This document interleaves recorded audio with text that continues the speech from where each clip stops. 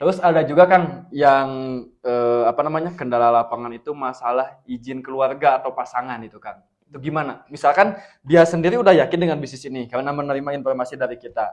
Tetapi ketika yang sebelah pihaknya lagi, baik itu keluarga ataupun pasangan, itu misalkan nggak mengizinkan. Nah, kira-kira apa namanya, solusinya gimana gitu kan? Siap. Intinya yang harus kita pahami gini teman-teman, ada yang misalkan nggak diizinin sama suami ataupun bahkan sebaliknya ya gitu ya. Ya, Ataupun nggak diizinin, pernah saya ada punya calon reseller yang nggak diizinin sama anak-anaknya, anak-anaknya negatif, sementara ibunya yakin. Intinya simpel teman-teman.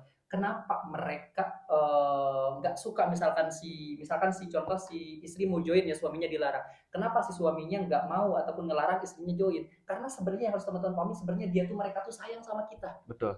Kenapa coba? Karena saya, karena si suami ini takut kalau istrinya ketipu, takut kalau istrinya kenapa-napa. Benar nggak? Kan sayang, benar nggak? Nah itu harus kita pahami itu sebenarnya bukan berarti mau musuhan, tapi karena sayang. Nah tugas kita yang harus kita lakukan, intinya yang harus pola pikir yang harus kita tanami, yang harus kita pahami dulu ya.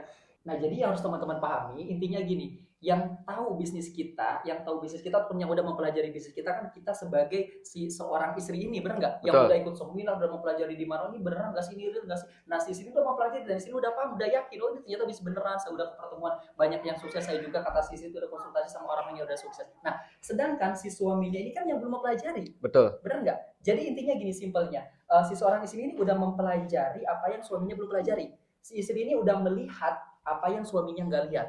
Si istri ini udah mendengarkan apa yang suaminya nggak dengar. Wajar nggak kalau misalnya suaminya negatif? Wajar karena belum Wajar, tahu karena belum dalamnya. tahu sebenarnya. Nah, caranya gimana kamu solusinya? Solusinya bisa dengan cara kalau misalnya di kota teman-teman ada seminar, ajaklah ke seminar. Mas, ayo kalau misalnya masnya masih negatif, sekali aja. Kadang-kadang ada suaminya yang tetap ngeyel Nah, negatif. Kita nggak apa-apa seorang istri rayu. Gimana lah caranya teman-teman seorang istri bisa ngerayu suaminya? Gitu kan misalkan dikasih nanti malam-malam gitu aja suaminya itu contoh ya kayak gitu ya. Nah, banyak cara lah, banyak cara. Sambil teman-teman doa juga sama Allah agar dilembutkan hati betul. suaminya. Mas, besok ada seminar mau nggak? Meskipun misalkan masnya negatif, mau nggak sekali aja ikut seminarnya. Yang penting masnya lihat dulu buktinya karena ini bisnis real. Alhamdulillah misalnya suaminya mau, akhirnya yang tadinya suaminya negatif jadi positif karena ikut seminar. Ataupun kalau misalnya di kota teman-teman belum ada seminar misalnya atau belum ada training gitu ya, diarahkan aja agar sama si istri ini dikasih alat bantu contoh kayak YouTube PTB sebenarnya nggak kayak Betul. misalkan komunitas tim kita orang-orang yang udah sukses. Nah itu alat bantu kan jadi suami itu oh jadi bener-bener paham dan mau terbuka dan akhirnya jadi positif itu Kang Rijal. Kalau saya pribadinya kayak gitu intinya harus teman-teman pahami